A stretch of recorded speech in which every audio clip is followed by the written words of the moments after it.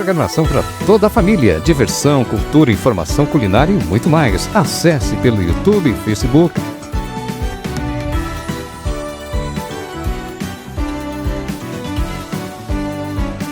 Cidade Ativa Online, a nossa TV online. Boa noite a você que está nos assistindo, ao senhor, à senhora, sob o patrocínio da RB Marketing Político, diretamente dos estúdios da Cidade Ativa TV Online, está no ar mais um programa Direito do Povo.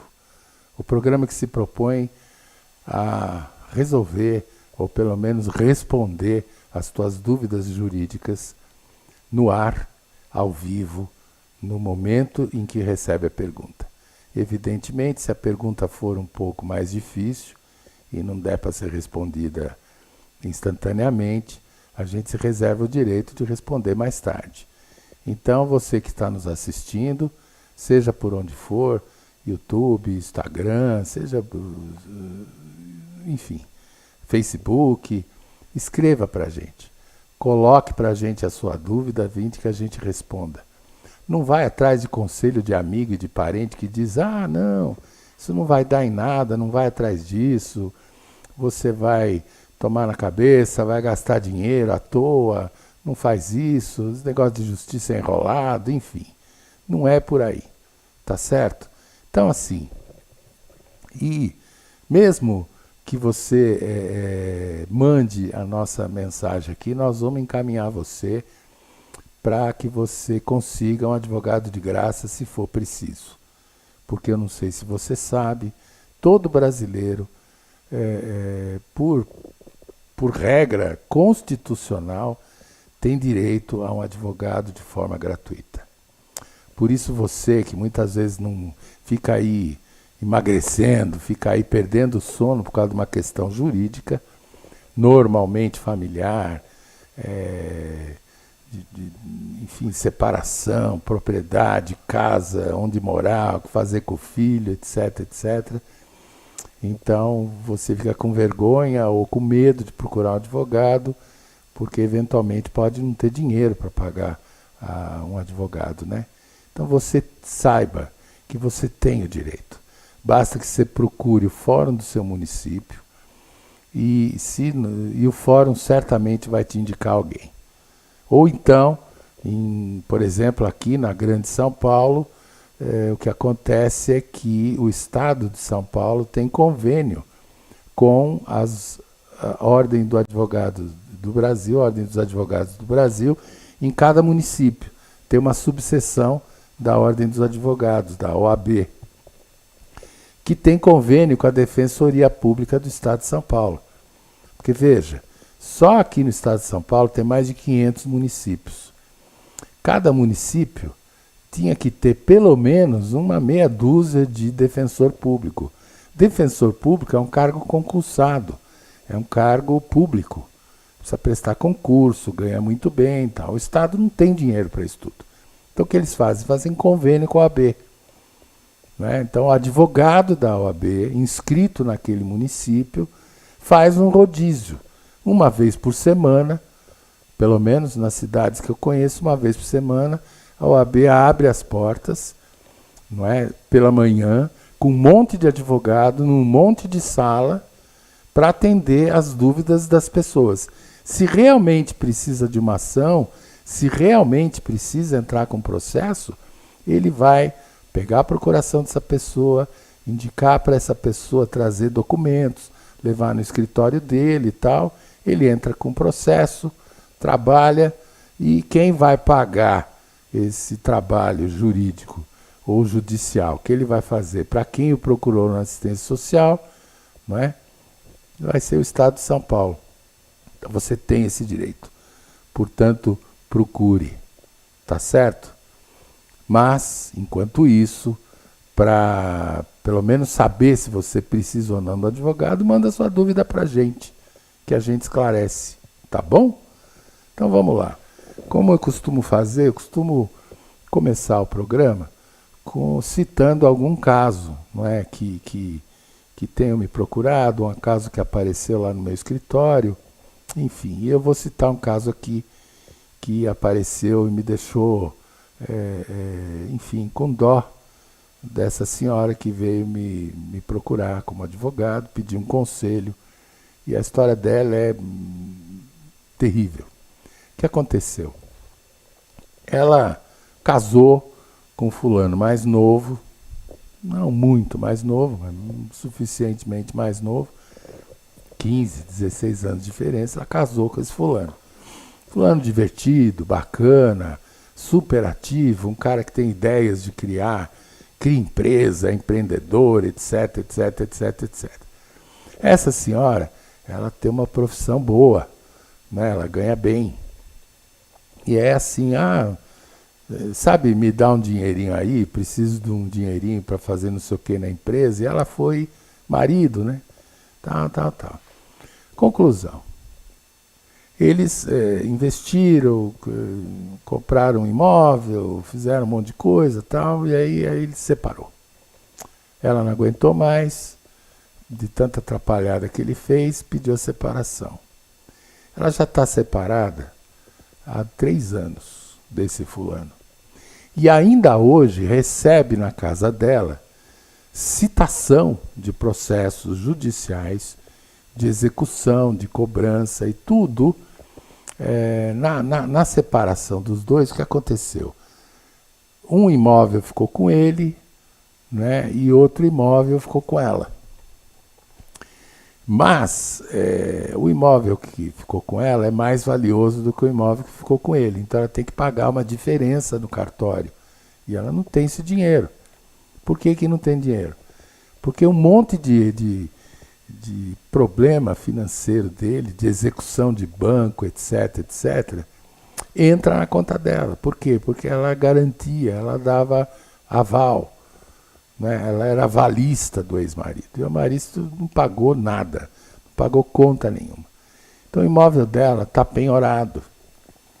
Está penhorado por quê? Porque as dívidas que ele contraiu foram todas na época em que ele estava casado com ela. E ela não sabia disso quando se separou. Conclusão, ela tem um imóvel, mas o imóvel está cheio de penhora, por um monte de processo que esse fulano está sofrendo, está respondendo a um monte de processo, em geral execuções de credores, de pessoas que ele não pagou, coisa que vendeu, e coisa que comprou e não pagou, coisa que vendeu, mas não entregou. Olha, o fulano é todo enrolado.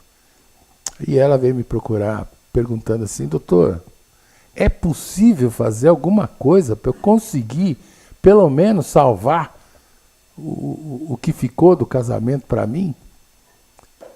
E eu fui obrigado a responder que não tem o que ser feito. Não dá para fazer. Entendeu? Por quê? Porque ela, infelizmente, a realidade é essa. O que eu tive que falar para ela, sem dizer, né? Eu acabei não falando, mas indiquei isso. Quer dizer, escolha melhor aquele com quem você vai casar, né? A mesma coisa que a gente fala para o eleitor antes da eleição, né? Escolha melhor os seus representantes. Ela devia ter escolhido melhor o marido que quis casar.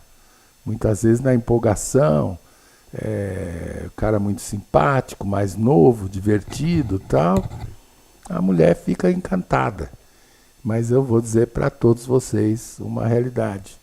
As pessoas mais simpáticas, os criminosos mais simpáticos são os estelionatários. Estelionatário é difícil você conversar com o estelionatário e no fim da conversa você não ter vontade de dar R$1 para ele comprar um pãozinho ali na esquina. Porque é impressionante. Todo estelionatário é cativante, todo estelionatário é bem-humorado, é inteligente, é ativo, é engraçado, é divertido, é uma companhia maravilhosa e tem uma lábia, não é? Lábia mesmo, que ele conta as histórias de maneira que você se envolve tanto, que você quer participar da vida desse cara, quer participar de algum esquema. Então, se ele te propuser um negócio, você entra de cabeça, porque não é possível que um cara desse não consiga não esteja falando sério. Inteligente, ativo, bem-falante, culto, não é? Então, o estelionatário é sempre assim. É uma coisa doida, né? Basta que vocês saibam a origem. A origem de estelionato vem de stelius, né? Do latim. Na Europa chamam de trufa, trufatore, né? Na Espanha, camaleão. Camaleão de camaleão mesmo, né? De mudar de cor, de mudar, enfim. Estelionato é um crime muito sério, que existe desde que o mundo é mundo, e é caracterizado por ser cometido o estelionato por pessoas brilhantes, por pessoas assim que dificilmente você deixa de acreditar. É o que acontece, por exemplo, com um monte de falso pastor, né, das igrejas evangélicas. Tem muito pastor que abre uma igreja, e aliás, aqui no Brasil a coisa mais fácil do mundo é abrir uma igreja, né? Abrir uma portinha. Eu conheço um bairro na periferia da Grande São Paulo, uma rua, eu fui uma vez na casa de um funcionário meu, gente, sem brincadeira, uma rua tem 800 metros de comprimento, do começo ao fim. Passa perto do Rodoanel, tal. Eu contei, isto tem bastante tempo, eu contei 12 igrejas, isso mesmo, 12 igrejas diferentes na mesma rua. Cada uma com um som diferente, com uma cantoria diferente, todas tendo culto no mesmo horário, não é? E segundo esse meu funcionário, aumentou o número. Então veja, e eu conheci alguns pastores que abrem uma igreja só para arrecadar dinheiro. E os fiéis evangélicos costumam ter uma frase muito, muito peculiar. Fala, fulano ou fulana tem o dom da palavra. O que significa o dom da palavra? Para os crédulos, né? Para os fiéis, o dom da palavra é o dom da palavra divina. Na cabeça deles é a palavra divina, né? Está falando por inspiração divina esse pastor. Então, se ele falar que precisa de dinheiro para fazer isso, aquilo, ou precisa do dízimo, como algumas igrejas chamam de dízimo, a pessoa dá. Porque, afinal, quem está falando é um cara que tem uma inspiração divina para falar. Tomem muito cuidado, porque realmente pode ser um estelionatário. Tá certo? Emanuela Bittencourt, boa noite, doutor Paulo. Divulgando aqui em Taboão. Obrigada, Manuela. Bom te ver por aqui de novo. Caleb, parabéns pelas explicações. Sempre boas, doutor. Abraço da Psirica Serra. Obrigado, Caleb. Camila Souza, sempre aprendendo mais com o senhor, doutor Paulo Bonadiz. Beijo do Jacir e Tapsirica da Serra. Obrigado. Obrigado, Camila. Bom te ver por aqui, viu? Lúcia, oi Lúcia, tudo bom? Sempre nos assistindo aqui, que bom. Obrigado, abraço para você também, viu? Então, gente, vocês precisam ter muito cuidado com o estelionatário. Conhecem a frase que, deixa eu ler aqui, Henrique Dias. Boa noite, doutor Paulo. Sempre assisto sua programação. Abraço, Taboão da Serra. Obrigado, Henrique. Bom te ver por aqui, viu? Roberto Ferreira, com audiência sempre garantida, meu irmão.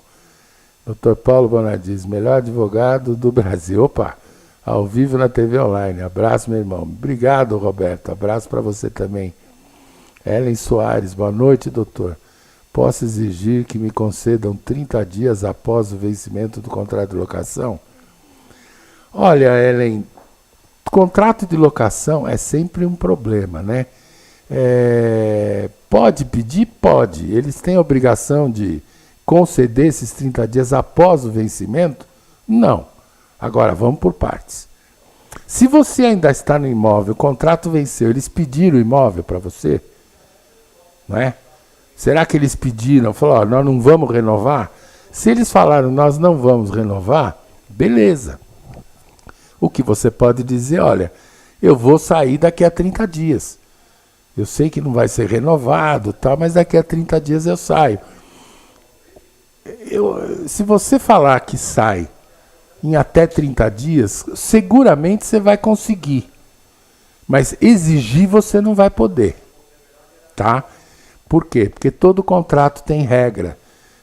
Por exemplo, o contrato está para vencer normalmente em contrato de locação, existe uma cláusula dizendo que se uma das partes não tiver vontade de renovar o contrato, tem que avisar a outra com 60... Tem contrato que fala em 60 dias de antecedência, 90 dias de antecedência ou 30 dias de antecedência.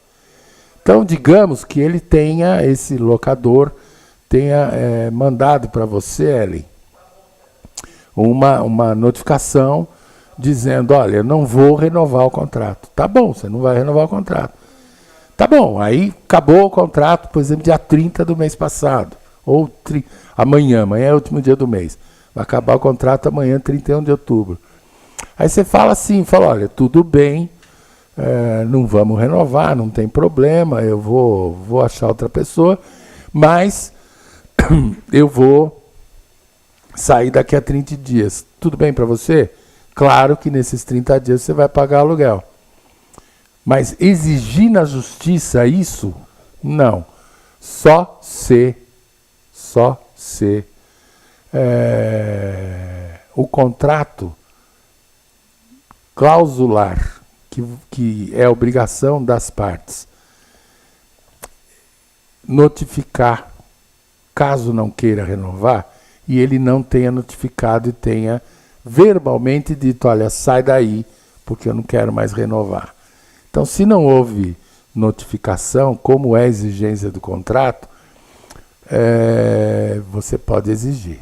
Mas se ele notificou, exigir você não pode. Mas 30 dias é um tempo muito curto, Ellen. Eu vou explicar por quê. Até que ele procure um advogado, entre com o processo. O processo é autuado. Vai levar uns 10, 12 dias. Aí o juiz vai mandar citar você para sair do imóvel sob pena de despejo, não é? Até que você receba a citação, você vai ter 15 dias para contestar a ação. Só isso, 15 dias úteis para contestar a ação. Só esses 15 dias úteis para contestar a ação, uma eventual ação de despejo, já dá quase um mês. Mais o tempo de contratar, distribuir o processo e tal, você tem um mês. Então, se o teu locador for inteligente, ele vai conceder esses 30 dias, desde que o faça por escrito, que se eu sou ele, eu faço se assinar por escrito, que esses 30 dias serão impreteríveis, ou seja, ao final dos 30 dias, você vai sair de lá sob pena de despejo de qualquer forma. Mas exigir só se ele não cumpriu cláusula contratual. Espero ter respondido sua pergunta, Ellen. Tá bom? Então, gente, vamos lá. Queria falar também de uma coisa que atormenta muita gente. Eu pensei que não. Mas, pelo que eu tenho visto numa pequena pesquisa que eu fiz aí com advogados que fazem parte da Defensoria Pública, eu conheço alguns, e tem um restaurante no município onde eu moro, que uma vez por semana nesse restaurante parece que combinaram, é marcado já, pré-agendado, não sei, uma vez por semana todos os advogados vão almoçar no mesmo restaurante. E eu tive lá, né? E há um tempo atrás fiz essa pequena pesquisa, comentei um negócio e parece que isso atormenta muitas famílias. Que caso é esse? É assim: casal vai se separar, possui 3 filhos. Aí o marido fala assim, não, eu fico com o menino, você fica com as 2 meninas. Simples assim. separam os irmãos. Em geral, a mãe não aceita, mas o pai bate o pé. E muitas vezes chega a fazer a cabeça dos filhos. Seja para morar todos com eles, seja... Não, vocês vêm morar comigo porque eu tenho mais condição, tua mãe não tem jeito, não tem condição de criar, eu tenho e tal. Aí leva os filhos para casa, vai trabalhar, os filhos ficam ou sozinhos, ou com a avó, mais longe da mãe. Agora, o pior, a meu ver, é separar os irmãos. Né? Às vezes tem um casal de filhos, ou 2 filhos. Como é que você vai escolher? E como é que você vai pedir para um irmão escolher, né, ficar ou com o pai ou com a mãe? Como é que você vai chegar para o menino e falar assim, com quem você quer ficar? Com o teu pai ou com a tua mãe? Olha, isso na meu ver, isso é um crime. Na verdade, isso faz um mal psicológico muito grande. E abre uma porta terrível para a educação dessa criança. Por quê? Porque ela sempre sabe que se ela pôde escolher, ela pode voltar atrás. Não é? Ou fazer chantagem com o pai. Olha, se eu não puder fazer tal coisa, ou se, enfim, eu volto para a casa da minha mãe. Vou morar com a minha mãe. Agora, separar 2 irmãos. Já chega a separação que separa o pai e a mãe. Só que as crianças ficam com alguém e visitam regularmente esse outro alguém, o que saiu da casa. Isso é o normal. Ou então tem uma guarda compartilhada. Guarda compartilhada não significa compartilhar os 2 filhos separadamente, né, gente? Guarda compartilhada significa manter os dois, ou os filhos, os 3, os 4, os 5 filhos juntos. E o casal, embora esteja separado, decidem juntos o que é melhor para os filhos. Isso é guarda compartilhada, é compartilhar decisões acerca da vida pessoal e continuidade da vida pessoal de seus filhos. Escola, vestimento, médico, seguro-saúde e tal. Do jeito que eu estou falando, parece que assim, não, você está falando de uma família que tem grana. Não, não precisa. Mesmo a família que não tem dinheiro, mesmo a família onde as crianças estudam em escola particular, que depende do SUS, porque não tem plano de saúde, que para comprar roupa, um irmão aproveita a roupa mais velha do outro irmão. Enfim, por mais que tenha necessidade esta família, algumas decisões relacionadas aos filhos têm que ser tomadas. Por exemplo, o filho está indo mal na escola. Quem vai decidir? A mãe? O pai? Botar de castigo? Não vai ganhar tal coisa porque foi mal na escola? Vai levar uma surra? Gente, tem que ser decidido a 2, de preferência junto com a criança. Não é dar pancada, é mostrar, por exemplo, a importância de estudar. Não é?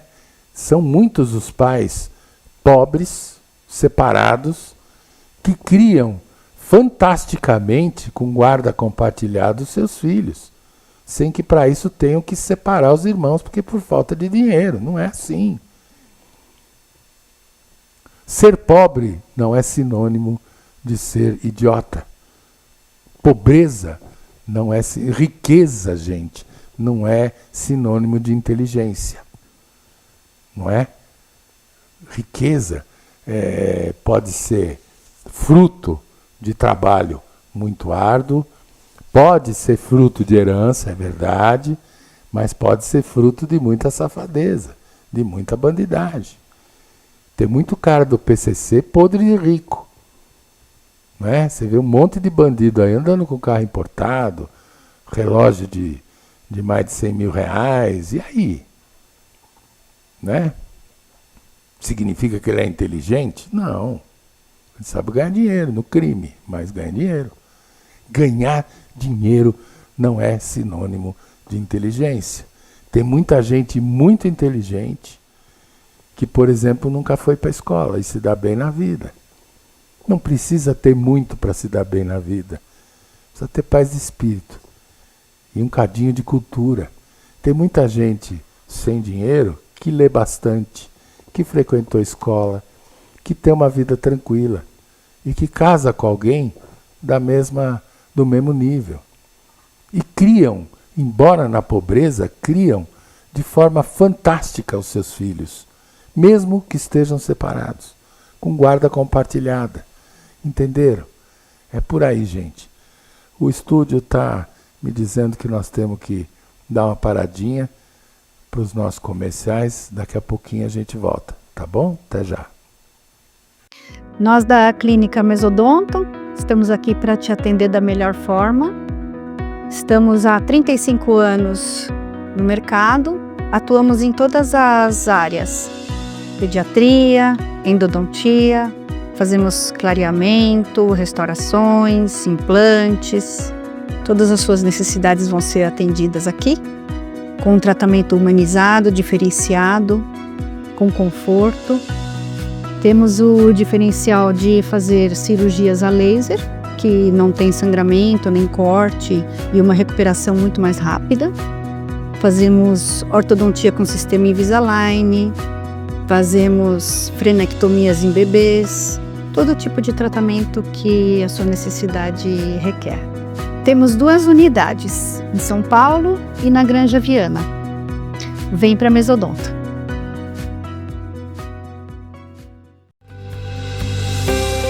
Em Moema, materiais para construção. Na Avenida Elíasias Beck, número 1240, em Budas Artes Centro. Estamos aqui na Casa Elegância Imóveis com o melhor custo-benefício. Vem!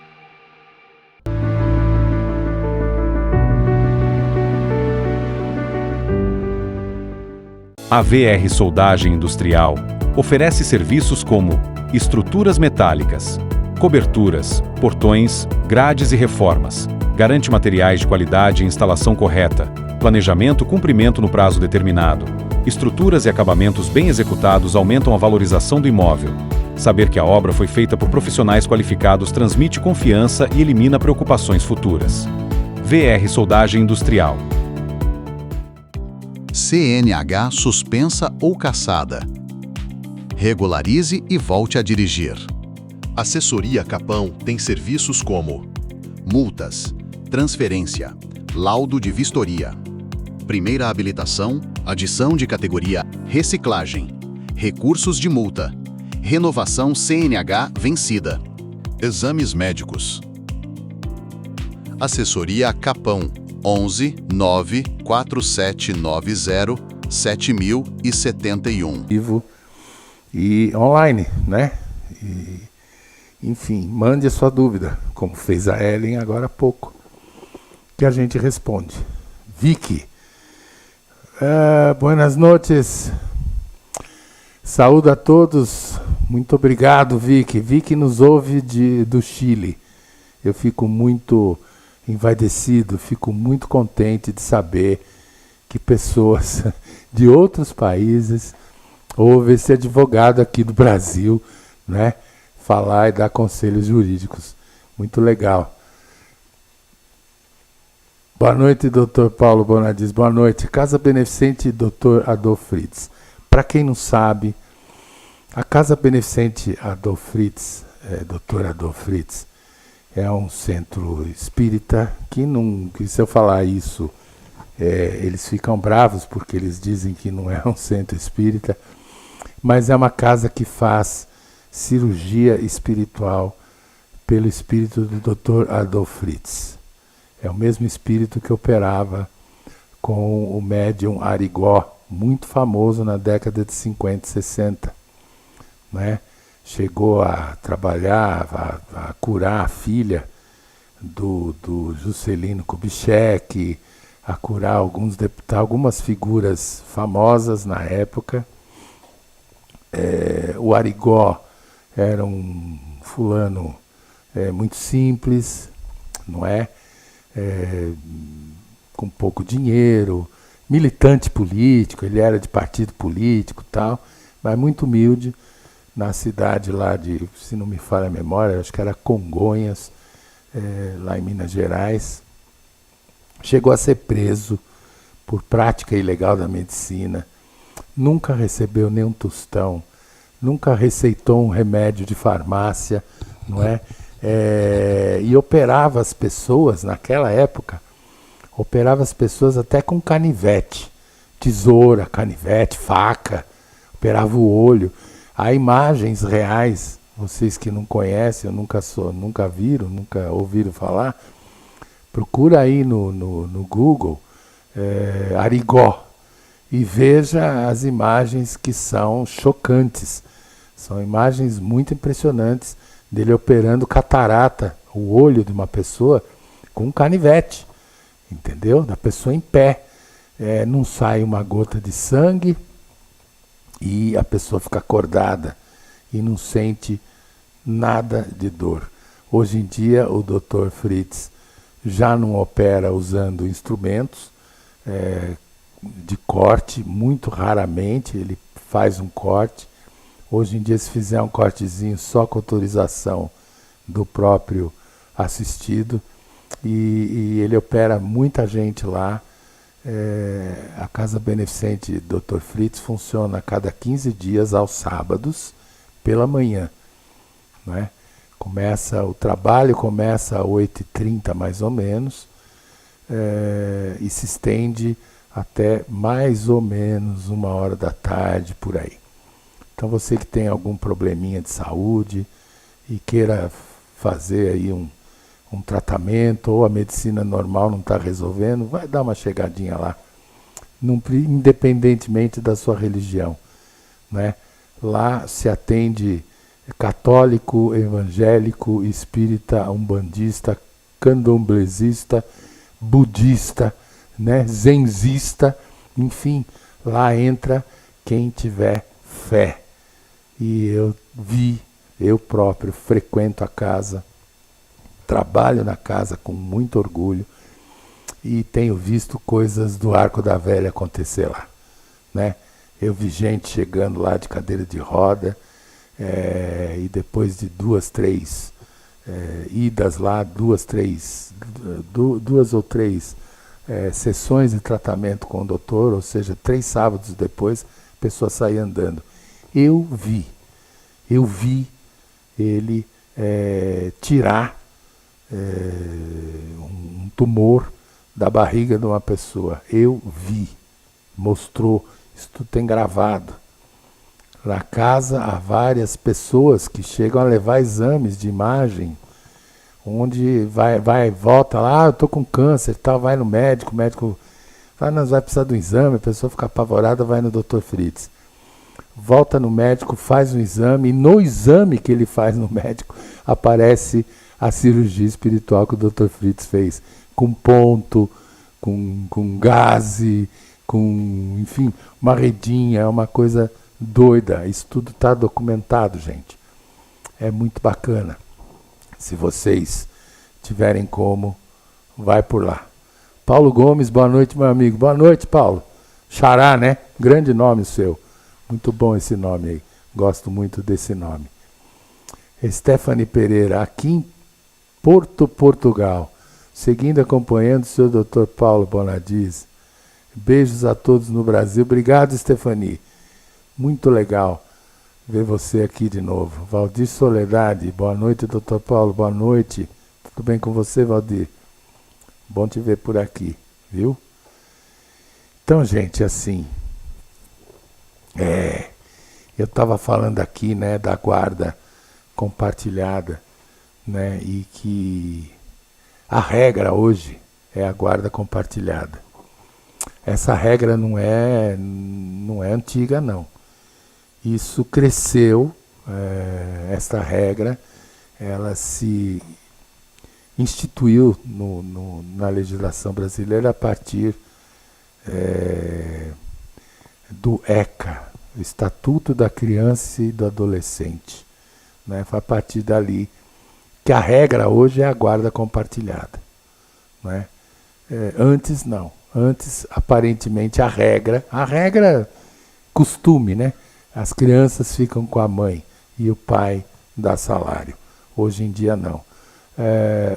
Os pais participam da vida dos seus filhos, aconselhando e tomando decisões juntas, decisões que têm a ver com o futuro da criança, né? O futuro escolar, o futuro alimentar, o futuro da vida dessa pessoa, não é? Filho, o que diz o Estatuto da Criança e do Adolescente, não é nem o que diz, né? Quer dizer, o legislador brasileiro entendeu que filho não é propriedade de ninguém. Filho não pertence a ninguém, né? Filho é uma pessoa que nasce pronta. Hoje em dia, principalmente, não é? Quem é mais antigo, quem é muito antigo como eu, por exemplo, sabe, criança, imagina, na minha época, criança até os 10, 11 anos, pelo menos os meninos, eram sangamongo, não sabia fazer nada, coisa nenhuma, né? Não tinha noção de nada. Hoje em dia, sim, meu filho, eu tive um filho que hoje tem 14 anos e meio, vai fazer 15 agora, 14 a mais, né? Vai fazer 15 agora em janeiro. E ele, com 1 ano e meio, eu me lembro, quando ele tinha 1 ano e meio, eu ganhei de um cliente um tablet. Tinha acabado de inventar o tablet, ele trouxe dos Estados Unidos para mim. Um tablet da Microsoft, que eu não lembro o nome, acho que tem um nome esse tablet aí, que eu não sei como é que chama, mas é a primeira versão. Grandão assim e tal, não sei o quê. E meu filho, eu esqueci, estava vendo televisão, com meu filho, vendo desenho, sei lá eu. E fui até a cozinha, fui fazer alguma coisa. Quando eu voltei, ele estava lá, no tablet. Sozinho, com 1 ano e meio, fazendo um monte de coisa. 2 meses depois, eu perdi meu tablet, porque só ele usava. Era desenho, era música. Eu, por exemplo, não aguento nem ouvir o som, né, do tal do Patati Patatá, por exemplo. Aquela galinha pintadinha, o som da galinha pintadinha, eu tenho vontade de me atirar a cabeça na parede, porque ele ouvia isso o dia inteiro. E muita coisa. Já nasce sabendo um monte de coisa. Na minha época, não. Imagina vocês, não é? Uma criança hoje em dia, com tudo o que significa ser criança hoje em dia, a tal da geração Z, acho que é geração Z, não sei direito, mas não tem nome a geração. Imagina vocês, a criança hoje em dia, né, que nasce sabendo um monte de coisa, em meio à discussão de pai e mãe. Eu quero, eu não deixo. Não, mas o menino tem que fazer. Não, mas não pode. Olha que coisa louca, né? Eu vou até falar uma coisa aqui que para mim é um absurdo, mas enfim, mesmo respeitando a religião, ainda hoje nesse mundo há pessoas que são impedidas de fazer, há crianças que são impedidas de fazer transfusão de sangue, porque o médico recomendou, porque precisa fazer isso, porque a família proibiu, porque a religião dela não permite. É isso mesmo. Eu próprio já entrei com uma ação. Eu era advogado de um grande hospital de São Paulo, hospital renomado, um dos melhores hospitais do mundo. Eu era advogado desse hospital. E teve um caso lá, né? Uma família muito rica, mas que era de uma determinada religião, e o cirurgião disse que ele ia ter que tomar sangue, transfusão, não sei. E a família não quis. Não, mas vai morrer. Não, então que morra. E o médico falou com a diretoria do hospital, porque do outro lado ele não podia deixar de atender o menino. Ele não podia deixar de operar o garoto. E se operasse sem a bolsa de sangue na sala de cirurgia, para caso precisar colocar o sangue no paciente, ele ia preso como médico e o hospital processado por omissão de socorro ou por erro, enfim, erro no atendimento e tudo mais. E nem era a época do Código do Consumidor, não. Isso é lei pura, né? Entrou no hospital, tem que dar o melhor atendimento. Seja por regra da lei penal, inclusive, seja pelas regras do Conselho Regional de Medicina. Então, estavam em risco os médicos e o próprio hospital. E é um hospital extremamente renomado, que se revoltou com aquilo, o médico se revoltou com essa situação e me contratou para entrar com o processo para que o juiz ordenasse que, se preciso fosse, ele recebesse sangue. E o que de fato aconteceu, ele recebeu. A família processou o hospital alegando que ela tem, e é verdade, alegando que por direito constitucional, já que o Brasil é laico, ela pode ter a religião que for, isto é verdade, e que a religião dela não permite que os seus fiéis, seguidores, utilizem sangue humano de outra pessoa que não dele próprio. E processou, não é? Enfim, é claro que a justiça deu ganho de causa para o hospital, recebeu sangue, a família perdeu a ação, porque entre a fé religiosa e a vida de uma pessoa, creio eu, que a vida de uma pessoa vale muito mais do que a crença religiosa, porque é isso, gente, crença. A crença é uma coisa louca, não é? Diferente da fé, crença é sempre dogmática. Diferente da fé, fé é uma coisa que a pessoa ou tem ou não tem. Mas dogma é uma coisa louca, é como a indústria do pecado, né, que eles falam. Imagina, tal coisa é pecado, tal coisa não pode, tal coisa é isso, tal coisa é aquilo. Eu sou de uma geração onde se ensinava, entre aspas, religião na escola. E o que era aula de religião na escola? Aula do catolicismo, aula de Bíblia. Chata pra burro, que criança que vai entender a Bíblia, que é um livro difícil à beça, né? De difícil leitura e difícil compreensão. E há vários dogmas. Por exemplo, o que Deus uniu, o homem não pode separar. Então a igreja proibiu o divórcio aqui no Brasil até 1977. E não constava da lei, por imposição da igreja, ao tempo do Império, ao tempo quando começou a ser esboçado o Código Civil, na época do Império, pelo jurista Teixeira de Freitas. Teixeira de Freitas fez um projeto de Código Civil para o imperador. Só que antes da promulgação do Código, antes do imperador concordar e assinar com o Código Civil brasileiro, que o Brasil não tinha ainda, né, veio a República. Aí contrataram o Clóvis Bevilacqua para fazer o Código Civil no Brasil. E ele acabou lançando, o Código Civil foi aprovado, né, pelo governo brasileiro, pela República Brasileira, em 1916. O que o Clóvis Bevilacqua fez? Ele aproveitou o trabalho de Teixeira de Freitas, já estava quase tudo pronto, e fez uma compilação de tudo aquilo que o Teixeira de Freitas tinha feito. Mas o lobby, isso mesmo, o lobby da Igreja Católica foi tão grande que não havia a possibilidade, né, de divórcio no Código Civil de 1916. E querem uma coisa doida? No reino, durante o Império, havia a possibilidade do divórcio no Brasil. Desde que...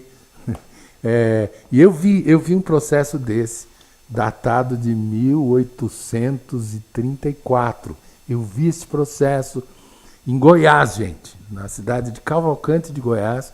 Eu vi esse processo todo manuscrito e tal. O cara conseguiu anular o casamento, desculpa, ele conseguiu divorciar da mulher dele, porque a mulher dele, segundo ele disse, estava louca, teria contraído loucura. Então, como a mulher é louca, ele conseguiu divorciar-se da mulher. Mas, evidentemente, não conseguiu casar outra vez, porque a igreja proibia. Para isso, tinha que anular o casamento na igreja. A gente acha que a justiça brasileira é lenta. Eu tenho notícia de um processo, uma ação de anulação de casamento que sequer se consumou, quer dizer, foi um casamento feito na igreja, mas que o fulano sumiu, voltou para Portugal, literalmente, casou e fugiu. Nem na lua de mel ficou, voltou para Portugal.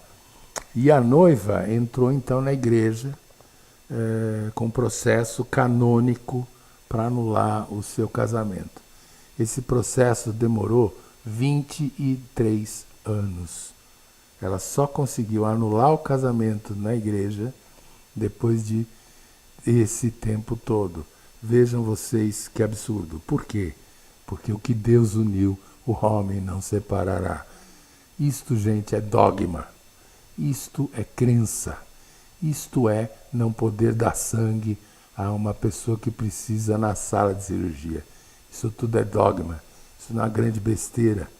Independentemente da religião ou da interpretação que as religiões dão, não é?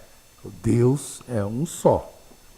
Uma vez eu participei de um workshop muito interessante. O tema era origem do mundo, como o mundo existe, né? Como o mundo foi criado, enfim. E nesse workshop estavam participando um físico, um bandista, um hebraico, né, judeu, um islâmico, né, desculpa, um bispo, ou seja, mas não estou falando de meros representantes, estou falando de caras estudiosos, por exemplo, Sheikh Hussam. Sheikh Hussam, ele é a representação máxima do islamismo no Brasil, né? Também havia um judeu que era chefe do judaísmo, né? No estado de São Paulo. Tinha uma pessoa do espiritismo também, enfim, do budismo. O que é mais interessante é que todas as histórias sobre a origem do mundo, né? A gente conhece algumas religiões que conhecem o velho, o evangelho, né? O Antigo Testamento, que eles falam, que é a origem do mundo, enfim, que Deus criou o mundo, que no sétimo dia descansou, de Adão e Eva, enfim, dessas coisas todas. Então você tem ali no Antigo Testamento algumas variações, são religiões conhecidas, mas que seguem o Velho Testamento, que dão interpretações diferentes, mas seguem ele. Agora, é extremamente interessante o budismo, não é? O hinduísmo, todos eles têm um certo quê. Gente, é impressionante como as histórias são convergentes, como as histórias são interessantemente coincidentes no que se refere à criação do mundo e à interpretação de Deus, não é? É uma coisa muito interessante, onde a gente então tem a certeza de que Deus né, é sempre o mesmo, só mudam as interpretações sobre ele, mas que se Deus existe, ele é um só. E se ele é um só, gente, não precisa ter dogma nenhum. Na realidade, não precisa ter sequer religião, não é?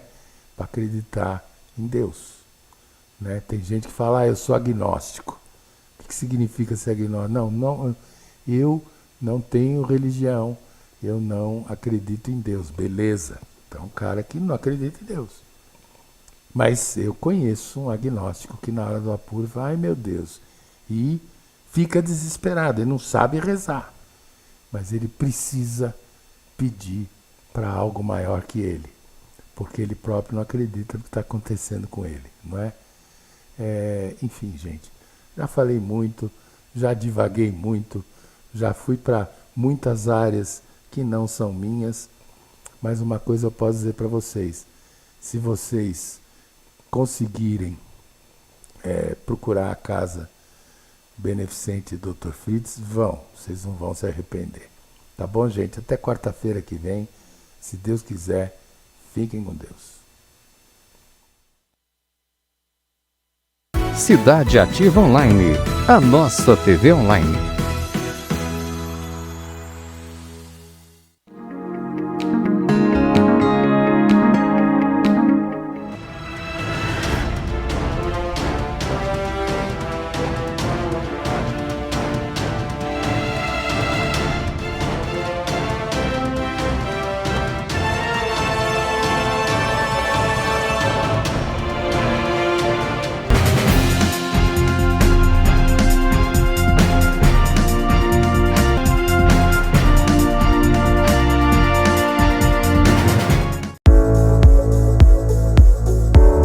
Meu nome é Paulo Bonadies, eu sou advogado militante há 43 anos. A grande maioria tem muito pouco.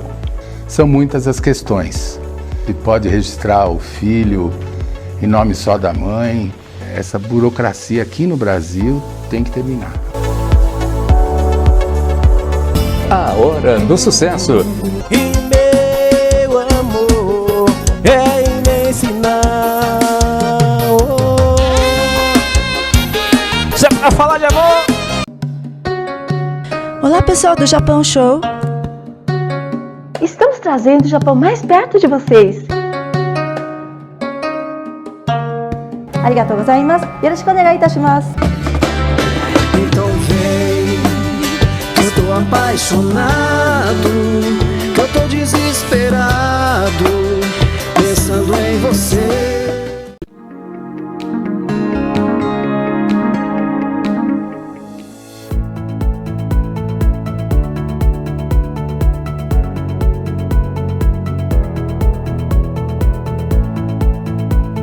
Somos Mais Angola, seu povo, sua cultura, só aqui na Cidade Ativa Online.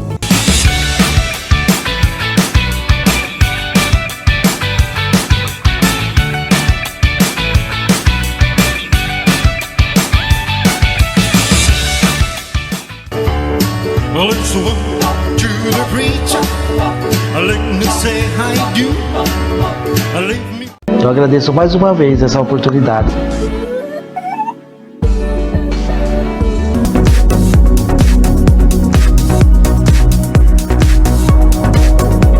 Porque hoje eu tenho um carinho dos meus filhos. Descobri que eu tô grávida de novo. Nós estamos abandonados. O meu vizinho tomou até um tiro na perna. A gente tem que buscar os nossos direitos. É como um cavalo que tem dois donos que morre de fome. Deus agita o mar, remove montanhas. Deus faz mais que isso para te ajudar. Às vezes o bar... Obrigado, que Deus abençoe. TV Online.